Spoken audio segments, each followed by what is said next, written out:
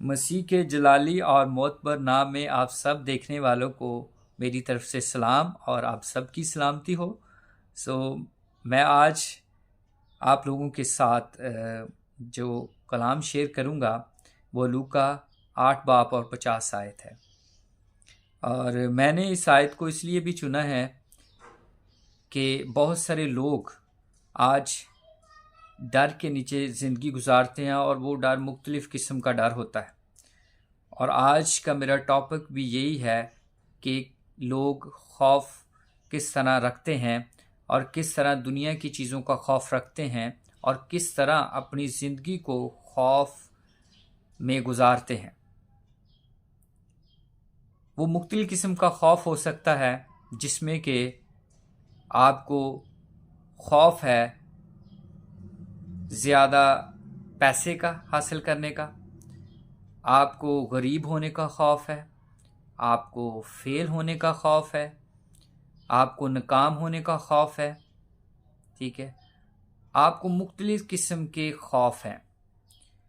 और मैं आप लोगों के साथ जो आयत शेयर करूँगा वो हमें आज सिखाएगी कि किस तरह जो खुदा हमारे खौफ को दूर करता है। हम पढ़ेंगे, यसू ने सुनकर उसे जवाब दिया, खौफ ना कर, फ़क़्त इत्काद रख वो बच जाएगी। आमीन। इस आयत में खुदाम यसू मसीह किसको जवाब देते हैं कि एक सरदार को जवाब देते हैं जो इबादत खाने का सरदार होता है। उसकी जो बेटी होती है वो बहुत बीमार होती है और वो खुदाम यसू मसीह के पास आता है कि खुदाम यसू मसीह को अपने घर लेके जाए। लेकिन कुछ देर बाद उसके घर में से कोई नौकर आता और बताता है कि तेरी बेटी मर गई है, उस्ताद को तकलीफ ना दे। खुदाम यसू मसीह ये सुन लेते हैं और उसे कहते खौफ ना कर, फ़क़्त इत्काद रख। ये जो लाइन है ये बड़ी अहमियत की हामिल है कि आज हम देखते हैं कि हम इत्काद नहीं रखते और खुदाम यसू मसीह का फ़क़्त इत्काद रख। और इंग्लिश में अगर हम देखें तो लिखा है ओनली बिलीव, कि सिर्फ ईमान रखो, फ़क़्त इत्काद रख।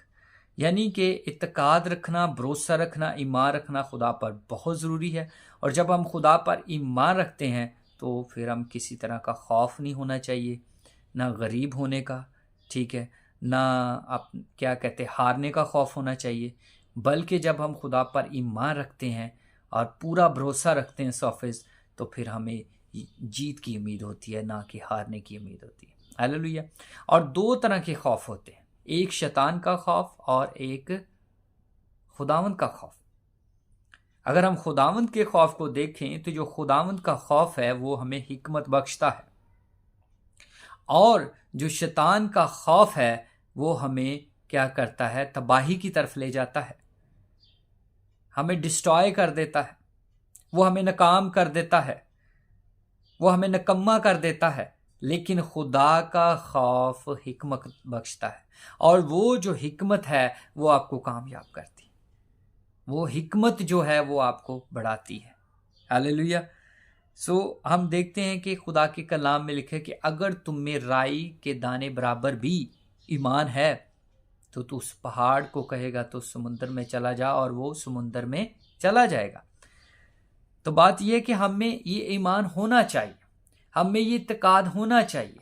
और खुदा में यीशु मसीह जब उसके नौकर की बात सुन लेते हैं, सरदार की, तो उसे कहते हैं कि तू इत्काद रख, खौफ ना कर। हम आज तक देखते हैं कि जब हमारे कानों में लोग विस्पर करते हैं, चुगली करते हैं, या कोई बात करते हैं, खौफ ज़्यादा बात करते हैं, या कह लें शैतान करता है, तो क्या होता है, हम डर जाते हैं, हम घबरा जाते हैं, हम खौफ ज़्यादा हो जाते हैं, पता नहीं क्या होगा। लेकिन जब हम खुदा यीशु मसीह पर ईमान रखते हैं तो फिर हमें कभी भी खौफ नहीं होता। इसी तरह जब खुदा यीशु मसीह शागिर्दों के साथ कश्ती में थे, तूफान आ जाता है, हम देखते हैं तो शागिर्द घबरा जाते हैं, डर जाते हैं, और फिर खुदा यीशु मसीह भी उन्हें कहते हैं कि इत्काद रखो, तुम क्यों घबरा जाते हो कि जबकि मैं तुम्हारे साथ हूँ। जब खुदा हमारे साथ है तो फिर हमें कभी भी घबराना चाहिए, खौफ नहीं करना चाहिए। और ये जो दुनिया की चीज़ों का खौफ है, ये जो चीज़ें दुनिया की हैं और दुनिया में रह जानी हैं, हम उनसे बहुत ज़्यादा खौफ ज़्यादा हो जाते हैं, लेकिन हम खुदा से खौफ ज़्यादा नहीं होते।